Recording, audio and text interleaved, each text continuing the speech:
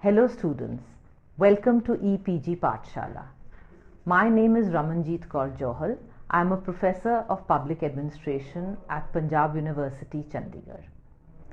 The module we are going to discuss today is titled Politicization of Civil Services, Issues of Anonymity, Neutrality and Commitment, and the relationship between the political and permanent executive. We discuss all this within the context of the Indian civil services having been adopted and adapted from the British civil service, which is based on the legal rational model of Weberian bureaucracy. This model emphasizes the principles of neutrality and anonymity. Historically, this model is the most perfect model for efficient working. However, over time, historically, things have changed and the relationship between the permanent and the political executive has also changed, pre-independence and post-independence. This module discusses all these issues and relationships in detail.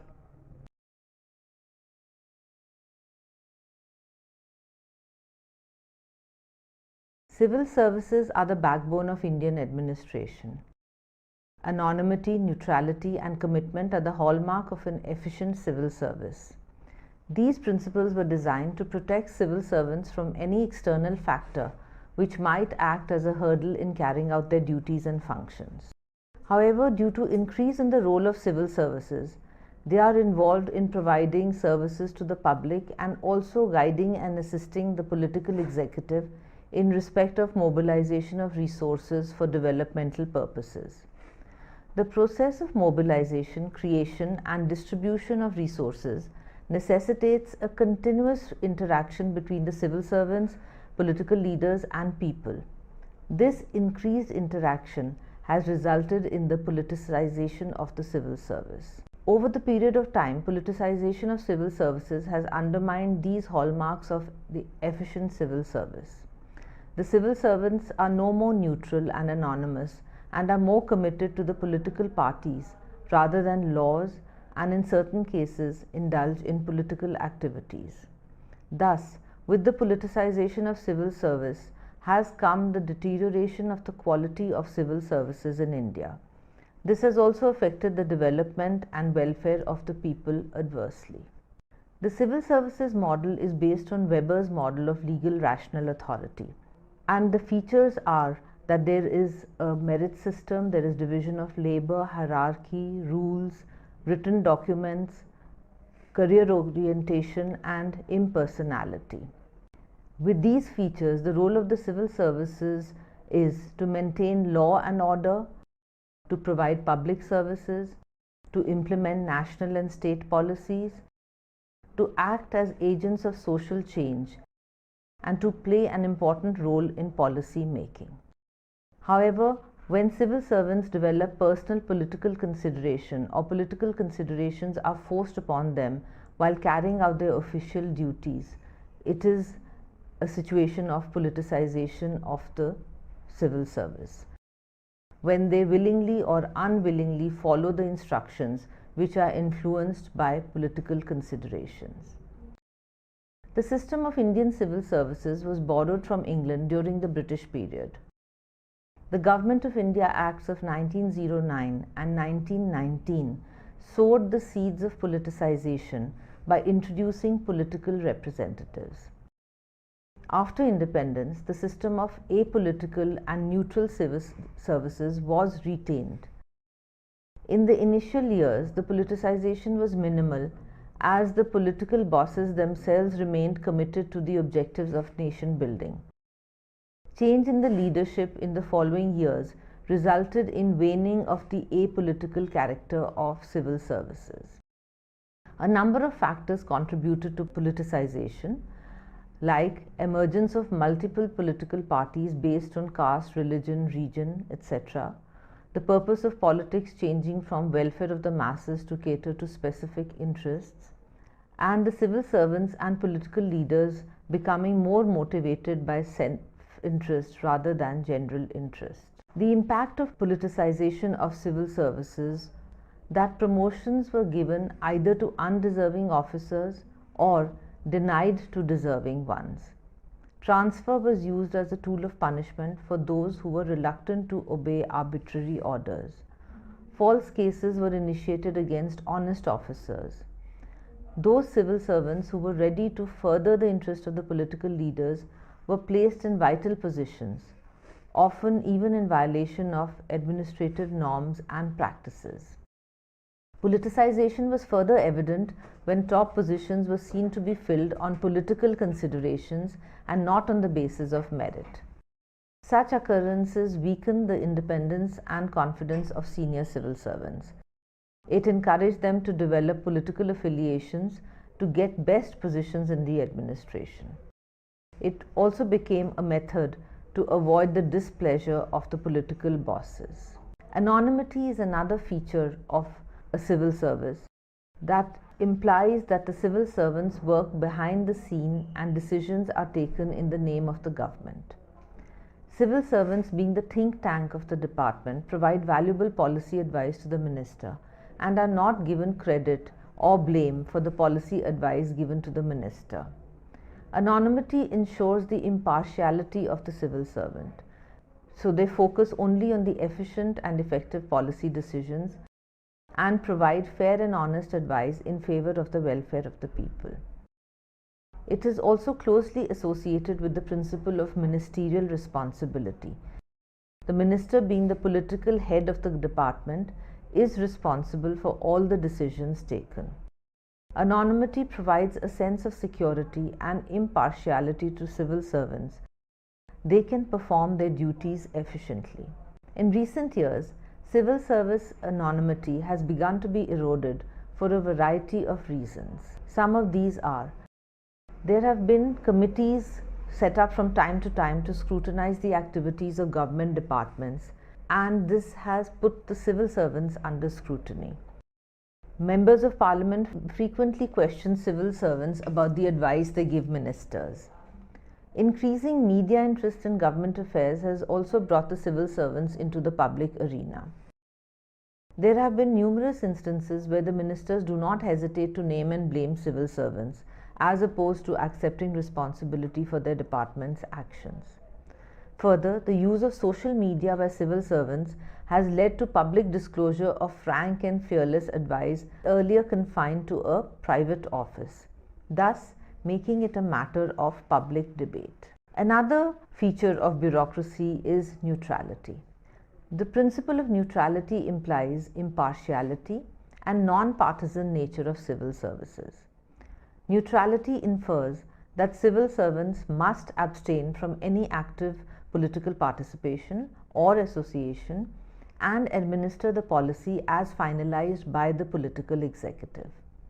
A politically neutral civil service is when there is clear distinction between the policy making and policy implementation tasks. Civil servants are to serve the government of the day irrespective of its political color. There are many advantages to the concept of neutrality. It boosts public confidence in civil service due to its non-political character. It builds the confidence of ministers in the loyalty of their permanent civil servants. And it ensures high morale of civil servants based on the confidence that promotions and personnel decisions would be made not on the basis of political consideration but on merit. However, this concept has been eroded. There are various reasons for its erosion. Effective policy coordination and guidance requires officials who are loyal to the responsible minister and are committed to their policy. While carrying out the developmental tasks, certain commitment to the goals and objectives of the state is inescapable. At the top level, the performance appraisal of civil servants is done by political heads, and an element of political consideration is bound to creep into such a rating. It has become difficult in the present time to separate the policy advice and execution. Civil servants are involved in political decision making, and it becomes difficult to stay neutral on the issues and problems which regularly confront them. Commitment is a concept which is alien to bureaucracy. However, the concept emerged in India with the concern expressed by Mrs. Indira Gandhi the then Prime Minister, over the incapacity of the civil services to achieve developmental goals due to an impartial, anonymous, and neutral character. The Indian civil service was criticized as unresponsive and indifferent towards the developmental policies and the plight of the people. The concept of committed civil services was emphasized, in which civil servants are more committed towards achieving the objectives of the Constitution. We now go on to talk about the political and permanent executive in the Indian situation. India is the largest democracy in the world. After independence, India adopted a parliamentary form of government where executive is responsible to the legislature. The executive branch of the government consists of two parts, that is, the political and the permanent executive. The latter is non-political. The political branch consists of the Council of Ministers, that is the Prime Minister, the Cabinet Ministers, Ministers of State and Deputy Ministers. The permanent executive consists of civil servants. They aid, advise and assist political executives to carry out their duties efficiently and effectively. The political executive is bound by the principle of ministerial and collective responsibility and is accountable to the Parliament. The supreme authority in policy formulation and implementation is vested in it. The policies of the nation are given concrete shape by the political executive. The political executive requires a body of officials, namely the permanent executive, that serves as an organ which provides assistance to deal with all the administrative technicalities, make available necessary information for policy formulation, and enforce the policies that have been finalized by the political executive. The Constitution of India provides for the civil service, that is, the permanent executive, who aid, advise, and assist the political executive in carrying out its duties efficiently and effectively. The functions and roles of the political and permanent executive are fairly clearly demarcated. The political executive formulates policies, makes decisions on important issues, supervises the implementation of policies, decides on larger administrative questions, makes appointments to top positions in the government, and intervenes in administration to redress legitimate public grievances. Whereas the permanent executive implements policies and decisions of the government, it provides information, facts, and ethical judgments needed in policy making to the political executive. It directs and supervises the work of subordinates, and it maintains continuity in administration.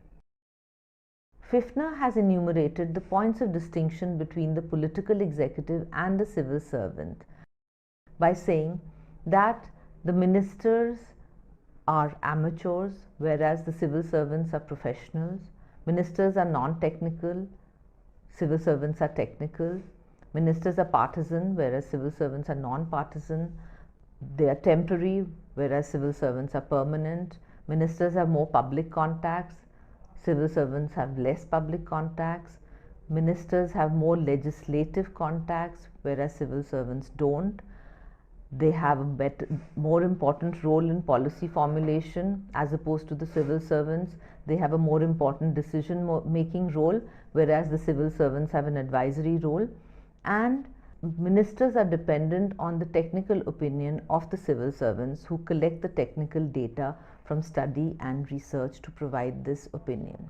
There are various factors which have determined the relationship between the political executive and the permanent executive.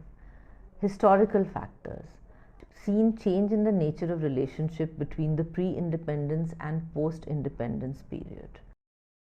Now a lack of unity which is seen because the harmony in relationship relies upon the consensus of the societal goals that are to be pursued. The divergence of interests and lack of common development goals in developing countries such as India is reflected in the lack of unity between the working of the two executives. Social factors also determine this relationship.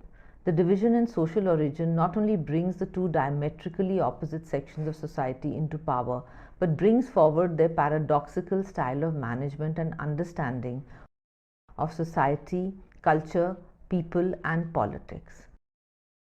Political executive works to fulfill electoral promises which can be based on vested interests. On the other hand, permanent executive focuses more on efficient policies for overall development.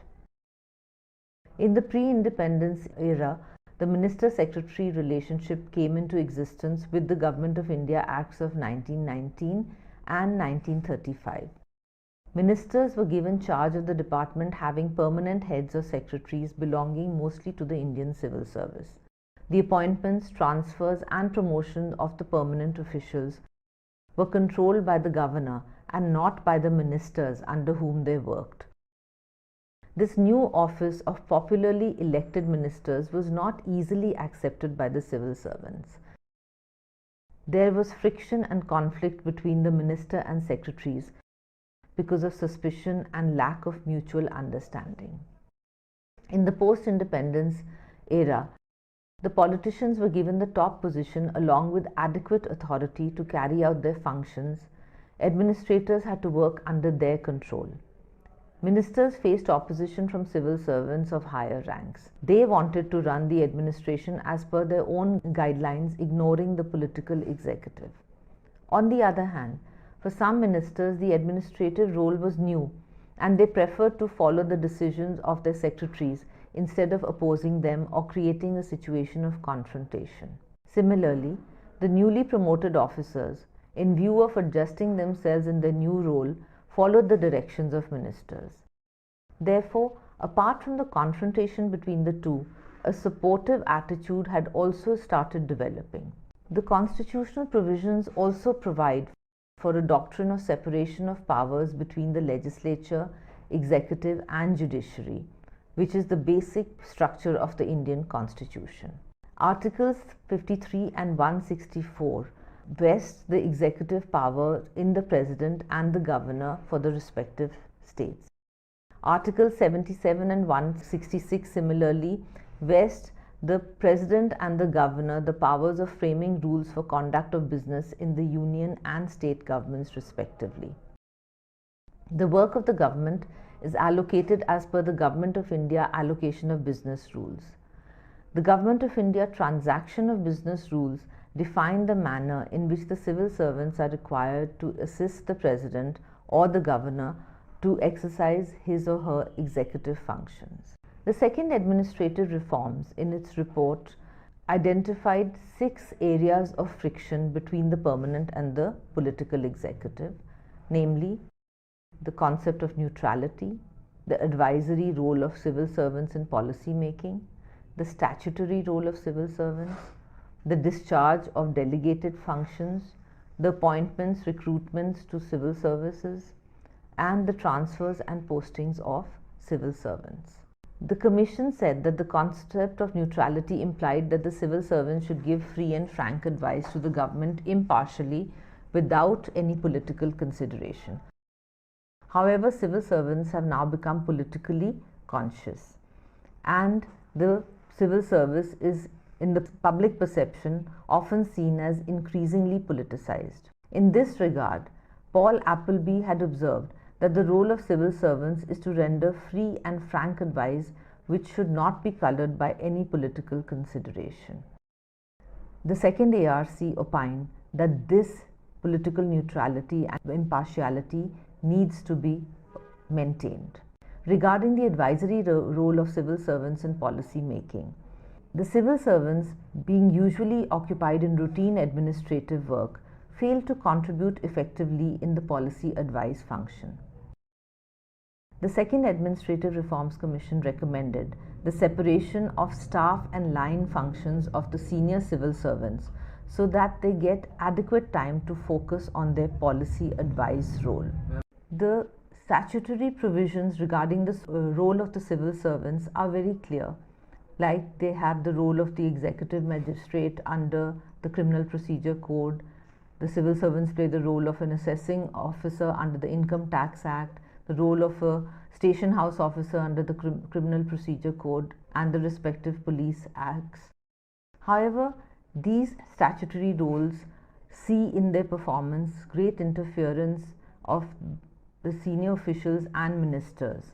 The second ARC recommended in its report on ethics and governance that abuse of authority, unduly favoring or harming someone, and obstruction of justice should be classified as an offence. Regarding the discharge of delegated functions by the civil service, due to lack of time, pressure of work, and increased complexities of legislation, the legislature makes laws in the skeletal form and delegates power to the executive to fill in the details.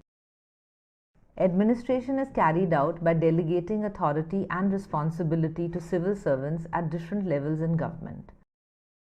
The second ARC pointed out the increasing interference in decision making of the subordinate functionaries. This interference affects the relationship of the political and permanent executive adversely. Regarding appointments or recruitment to the civil services, Union Public Service Commission enjoys unblemished reputation for having a fair and transparent recruitment system without any outside interference or influence. This is a constitutional body. However, the state public service commissions, also constitutional bodies, do not enjoy the same reputation, and there are many complaints against the recruitments recommended by these commissions. The second ARC has laid down norms to avoid favoritism, nepotism, corruption, and abuse of power that have often characterized these recruitment exercises. They have listed that the principles for a well-defined merit-based procedure for recruitment to all government jobs requires that there should be wide publicity and open competition for recruitment to all positions. There should be minimization, if not elimination, of discretion in the recruitment process. The selection should be primarily on the basis of written examination or on the basis of performance in existing public exams, with minimum weightage to interview. Regarding transfers and postings of civil servants, it is seen that these are done often with political considerations rather than administrative merit. The National Commission to Review the Working of the Constitution, various pay commissions, and ARCs have pointed out this interference. This leads to lack of efficiency in the administration, as civil servants would rather focus on pleasing their political masters to get the desired posting or to avoid any unwanted transfer. So there are major conflicts which have been occurring in the Indian civil service over the past many decades. It has become the norm to see that there is an administrative shuffle after the change in the political power at the center as well as the state levels. There have been many instances of unceremonious postings of civil servants. As far back as 1957, the then Finance Minister T.T. Krishnamachari removed H.M. Patel, the then Finance Secretary. In 1966, Gulzari Lal Nandaji, the then Home Minister, removed Sri L.P. Singh as Secretary. In 71, Mr. Hanumanthaiah, then Railway Minister, removed Mr. Ganguly, then Chairman of the Railway Board.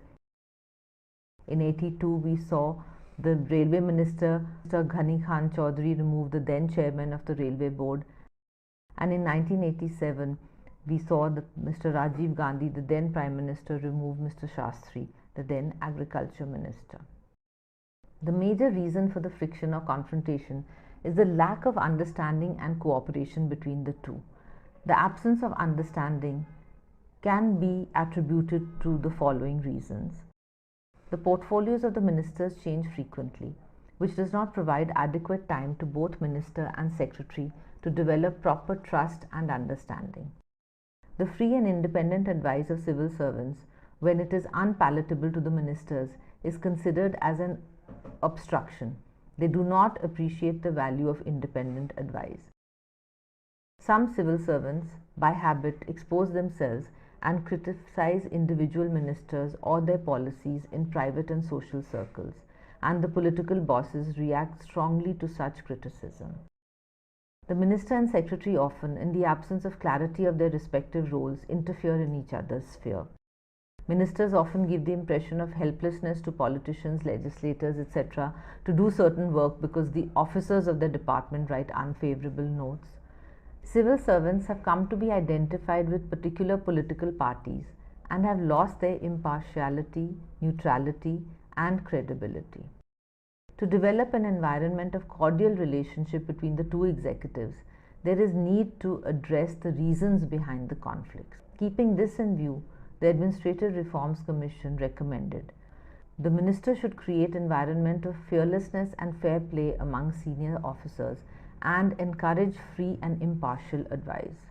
The Prime Minister should take an interest to arrest the growth of unhealthy relations between the two.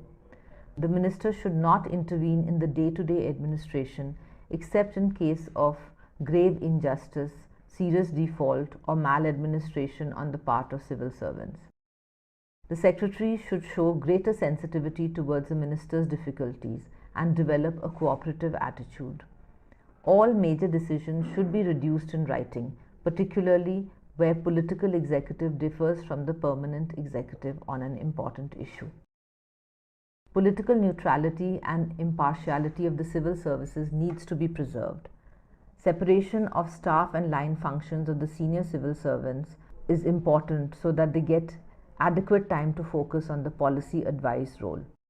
Unnecessary interference of the senior officials and ministers in statutory functions of the civil servants needs to be checked with strict measures.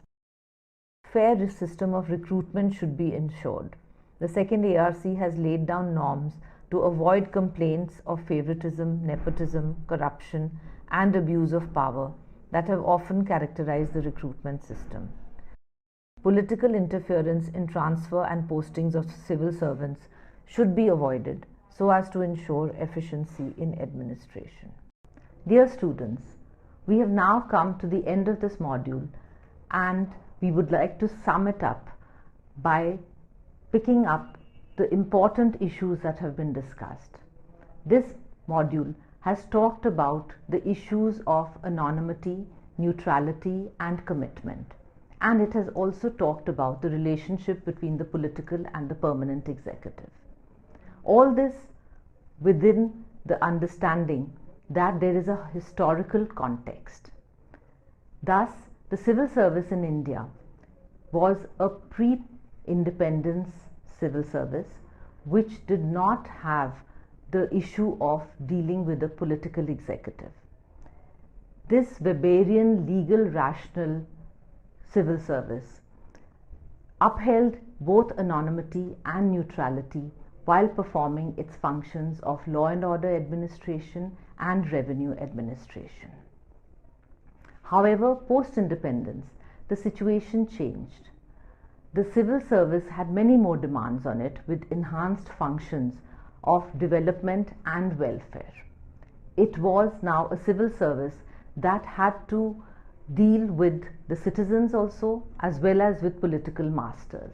These were new situations and there were both positive and negative fallouts of the same in terms of the relationship between the political and the permanent executive. On the one hand, the political executive recognized that the civil service had the expertise and they were amateurs and needed the expertise and technical advice of the civil service.